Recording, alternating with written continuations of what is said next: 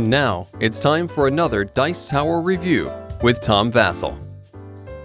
Hey folks, today we're taking a look at Heroes, which is really an uninspiring name, but a pretty cool picture on the front here. Heroes takes the unique thing about each player controlling a mage and having creatures and fighting someone else who has a mage and creatures. Yeah, I know, that's really not that different, right? We got Summoner Wars, we got Mage Wars, we got Magic the Gathering. There's lots of games like this. So a game that is that theme and is called simply Heroes doesn't inspire a lot of confidence. So I open up the rule book and I'm like, okay, how does this work? And they're like, this is a real-time game. Okay. I have mixed reactions there. My first reaction is one of repugnance. Like, what? And then I'm like, well, it's different than the other games of this one. Oh, also it has dice? Well, maybe it's good. Let's look.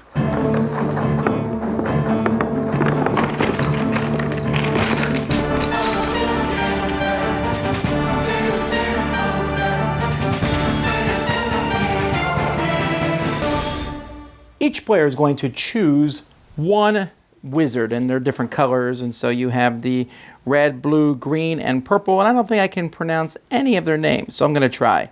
Xantiana. Okay, whatever. Each one has a certain number of hit points. Hey, they're all the same, 21, but they each have an element that comes with them. When you pick an element, you'll take a deck of monsters of that character, and you also get one starting spell of that character. So, Celia gets the Blessing, Regeneration, Fire Raising, or Energy Drain, the color spell that matches you. Players are also going to get some starting spells. They're going to have Magic Missile, which you can cast at the darkness. You have this spell, Command, and you'll get a couple of each of these to start out with. You're going to be making a deck of all your spells, but there's also going to be spells next to the board. These spells are going to be in 2 rows, and players will be able to draft from the bottom row. And the spells are of the 4 different colors, have a different amount of symbols at the top, and then different things that these spells will do. Players are going to get some dice. These dice have the 4 spell colors on 4 of the sides. They have a command symbol on the 5th side, that's the helmet, and then on the 6th side they have a symbol of a card. Players are going to set up their army. They can go through their army deck and they can build any army that they want. You can play basic, which means you simply are going to put the army in these spots that matches the pictures. So you would do this here, having your army ready to go. Or if you don't want to do that, you flip to the other side, and then you're essentially just building a certain kind of army based on there's a certain point total that each of them costs. And so the different armies have all different sorts of creatures involved in them. I'll show you some of the pictures of them. You see the blue army is all about ice creatures and eagles and things like that. And then we move on to the green army. There's an earth elemental, nasty looking, a hydra, a dwarf, and golems. And then there's a water elemental, a siren, and what do we got here? A triton. So there's all sorts of different cards here. And you are going to build your army, and then you take the rest of the cards that you didn't use to build your army, and you put them away. You're not going to use them for the rest of the game. So let me set up this basic setup here. Your object in this game is to kill your opponent's leader, their summoner, so to speak. And you'll keep track of their hit points up here at the top. The rest of the creature's hit points you'll keep track on the cards themselves. So you start the game by drawing some cards from your deck and then saying go. And players are going to roll dice as fast as they can. When you roll dice, you can decide how many dice to keep, and you keep rolling them. And you keep going until you can take some sort of action with your dice. When you do that, you'll shout stop, and you take the action with your dice. Each other player then can take actions with their dice if they're at the point where they like to. You then will re-roll all your dice. Other players will also re-roll their dice if they took an action. If they did not take an action, they do not have to re-roll them again. So what are the different actions? Well, some of them with the cards here, if you roll 3 card symbols, you can draw a card. 4, draw 2, 5, draw 3, 6, draw 4 cards from your deck into your hand. If you roll 4 of these, you can add a new spell to your hand from the ones that are next to the board. If you roll 5, you can add a new spell from the bottom or the top row. If you roll the spell abilities, you'll be able to cast a spell. So for example, if I play this spell here, Freezing, I can play this on any creature as a permanent. It needs 4 of those freezing symbols, and then the creature suffers a wound, so they're going to take 1 wound. I can play this on any creature, it says. As long as freezing remains in play, the creature cannot be activated or moved. And so there's a token that comes with that, and maybe someone plays that on my red dragon, so my red dragon is frozen. And I would leave this next to the board. This is a permanent spell. Some spells are kind of just quick spell, like this one here, a healing spell. I can put this on any being. Notice that's different than any creature, because being would also include your magician. And here, that being heals 3 wounds instantly. So that's an instant that happens right away. Here's an ice missile. Any exposed being takes 3 magical wounds. Some creatures are immune to certain types of wounds.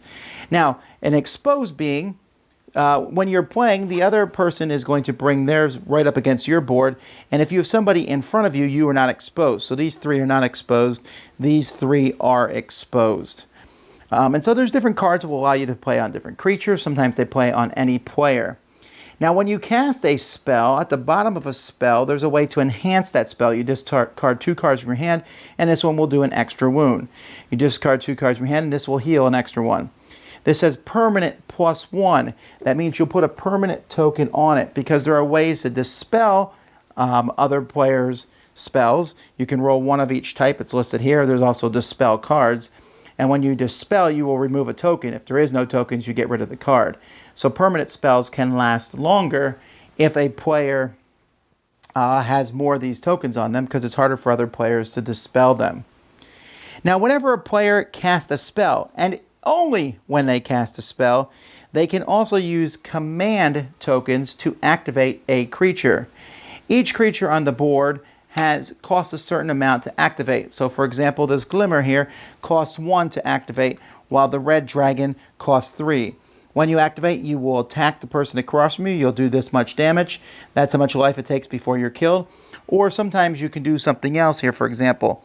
Like for example, the red dragon, only when exposed, each of opponents exposed being suffers 2 wounds. So that's an extra thing. But sometimes you have an activation on here that's different than your normal attack. Once you get rid of the creatures in front of your opponent's mage, you'll have a chance to hit them and knock their hit points down. Now you notice this mage here, this is in the advanced game here. It says after you've stopped the game, this hero suffers 1 wound for each water symbol. So if I'm playing with the fire mage and I stop the game for any reason, if I have any water symbols, they're going to take 1 damage for each. Each mage has something that they have an affinity towards and something that they hate. So you have to be careful when stopping the game, because you may take damage. And if you use, for example, a dispel magic spell, you're always going to take damage because it uses all 4 types, and one of those is going to be the type that you're not any good with. That's it. You're going to keep just playing as fast as you can, taking turn after turn after turn. Eventually someone will take out their opponent's mage. That person is the winner of the game.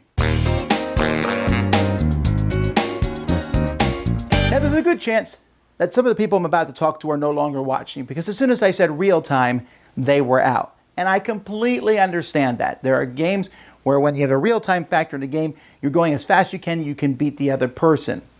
This game, it's not nearly as bad, because let's say you're faster, man. You roll, and you get your action before I do, and then you take your action. I'm like, all right, whatever. However, I probably am 3/4 of the way to getting what I need to do. So you start rolling again, I'll get to take my action.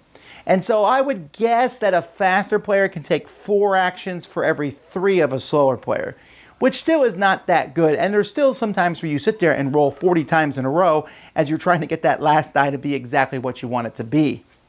Also, there is a difference between the 4 different spell classes, the green, red, blue, and purple. But the fact is that you need different symbols to cast them, and all the symbols are on all the different sides of the dice. So it's not like having a diversity of spells is useful. It might be like you roll, oh, I got 3 purple symbols. What is I got the teleport spell. Okay, but I don't really need a teleport spell right now. So that's not that. The colors are not that big of a deal on the dice. Now, the way that the spells act, yes, there's a different feel, and I believe that each of the 4 factions feels very differently. I'm going to pause this briefly, and the gameplay itself here is a 2 to 4 player game. However, if you have 4 players, what you need to do is to split into 2 groups of 2 and play them, because the game is just too confusing when you're playing multiplayer, like who do you attack and stuff. when you're playing 2 players, you line your boards right up, and that's who you're going after. Because at the top of every card, it tells you I can attack straight in front of me, or I can attack straight in front of me, or the column to my right, or I can attack any creature on the board. It just makes it much simpler. The artwork is fine. It's your typical fantasy, where everyone is just, I don't know how to explain it. It's like fantasy. Everything is huge and grandiose and stuff, and it's okay. There's nothing like super unique about it, but the artwork is fine. The components are fine. The counters are okay, but the dice are good. They're easy to tell apart because they're different colors, and you're going to be rolling them a lot over the course of this game. The game plays much quicker than you might think. I was sitting, okay, oh, that creature died. Oh, that creature died. Okay, I need to get more creatures into play. No, you don't put more creatures into play.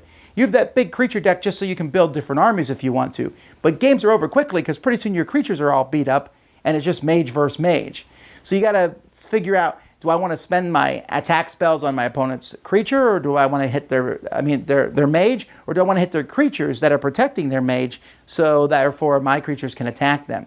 And it's interesting that you have to cast a spell before activating a creature.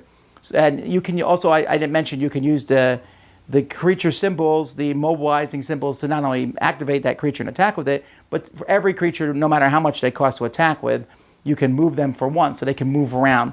But maneuvering in this game is not as big of a deal as it is in other games. This game's simply about getting combinations, getting the right cards, attacking, buffing up your spells, and so on.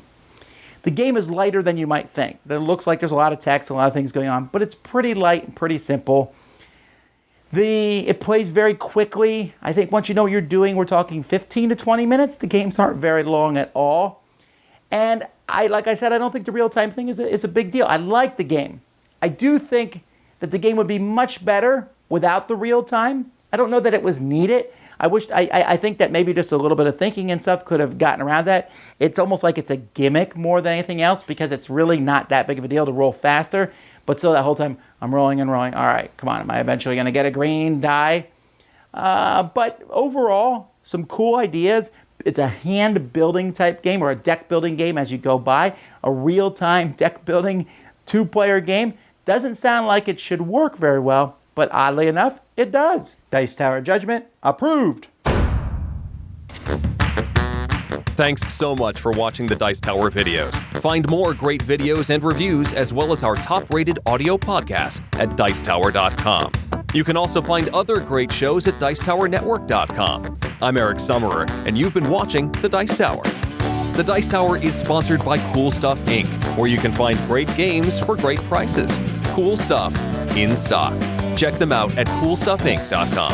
Shut that door.